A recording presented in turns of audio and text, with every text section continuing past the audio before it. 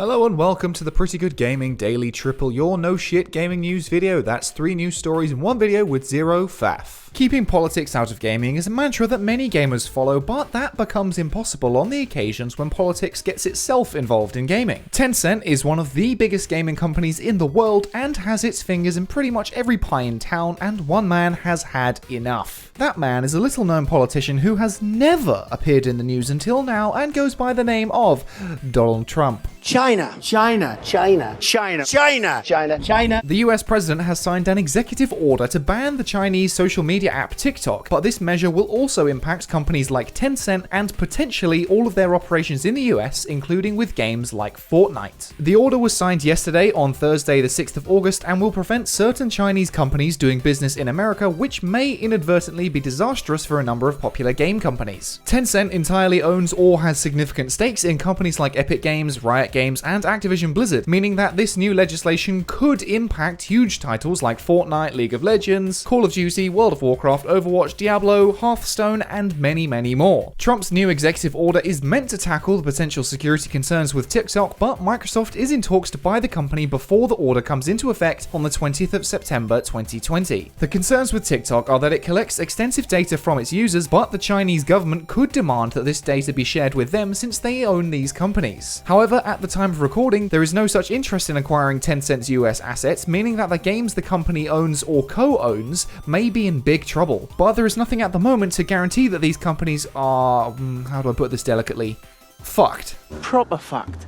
The wording of the order specifically mentions the company WeChat, which is owned by Tencent rather than Tencent's dealings with the US as a whole. WeChat is a payment and messaging app with over 1 billion users, and the order is alleging that the Chinese Communist Party is using it to track Chinese nationals in the US. Links to the executive orders for TikTok parent company ByteDance and the Tencent-owned WeChat can be found in the description if you want to read them in full. Tencent is actually involved in a significant amount of the Western games industry, much more than you or I even realize, so this order could have a very real impact on gaming, whether that was the intended purpose or not. These companies have 45 days to challenge this order in court, which is certainly going to happen. But while writing this, it actually became known that, according to the LA Times, the order will not affect Tencent's gaming companies. Trump's executive order itself does not make this clear, but apparently White House officials made this distinction to the LA Times. So, at least for now, the White House's official line on the matter is, "We just mean WeChat." So it looks like Riot Games, Epic, and Activision Blizzard are safe, at least for now.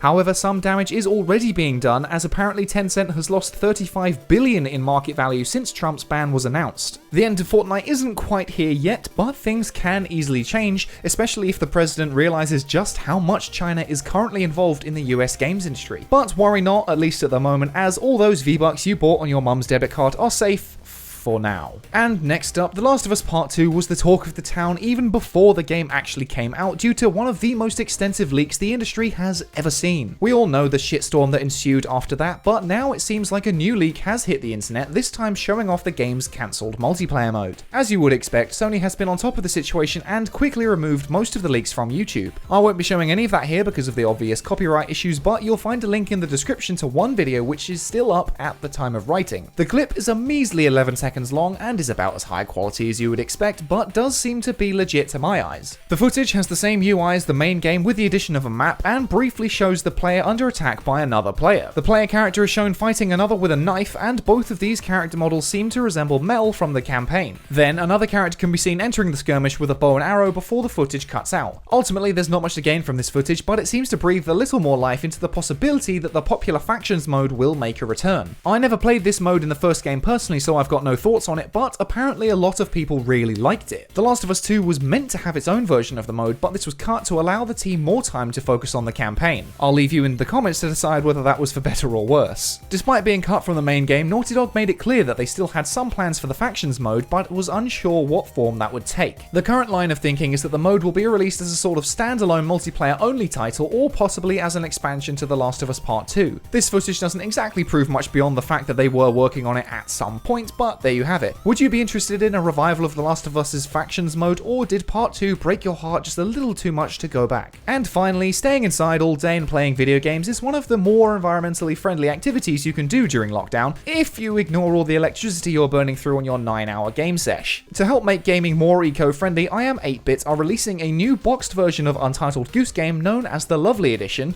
to coincide with the physical launch. The Lovely Edition, which is available on Switch and PS4, comes in a box made of recycled materials to reduce waste and wrapped in an eco-friendly shrink wrap known as Biofin. You can snag your copy for $34.99 on PS4 or $39.99 on Switch, which is slightly more expensive than the standard version of the game. The Switch version still uses plastic, which is presumably why it's slightly more expensive than on PS4, but is meant to be recycled material. The PS4 version, on the other hand, has dropped plastic entirely. The new box is made of 100% post-consumer waste material with non-toxic 0% VOC inks and is 100% recyclable. These boxed versions also come with some extra goodies. You know how games used to when you actually bought a physical copy? There is a No Goose sticker, which is meant to be tree-free as it's made of sugarcane waste and recyclable adhesive. You will also get a booklet and fold-out poster, which are 100% recyclable paper stocks from sustainable sources. Australian developer House made one of last year's most popular indie darlings, so it makes sense for this to be the title to launch an environmentally friendly initiative. I'd love to see this sort of thing take off with more games, at least as an extra option for fans of physical media like me. So long as the disc inside is sufficiently protected while being less harmful to the environment, then I'm totally up for it. And that's it for today. If you enjoyed this no shit format, go ahead and give the video a like to give it a boost, hit subscribe and the bell if you want to stay up to date on all future installments, toss a coin to your YouTuber over at patreon.com/prettygoodgaming. That's all for today. I've been Henry Cooper. Bye for now. Recyclable paper stocks from sustainable sources. You'll also get a booklet and fold-out poster, which are 100% recyclable paper stocks from.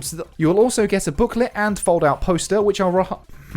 You will also get a booklet and fold-out poster, which are 100% recyclable paper stocks from sustainable sources. Fuck my life, I finally got it right.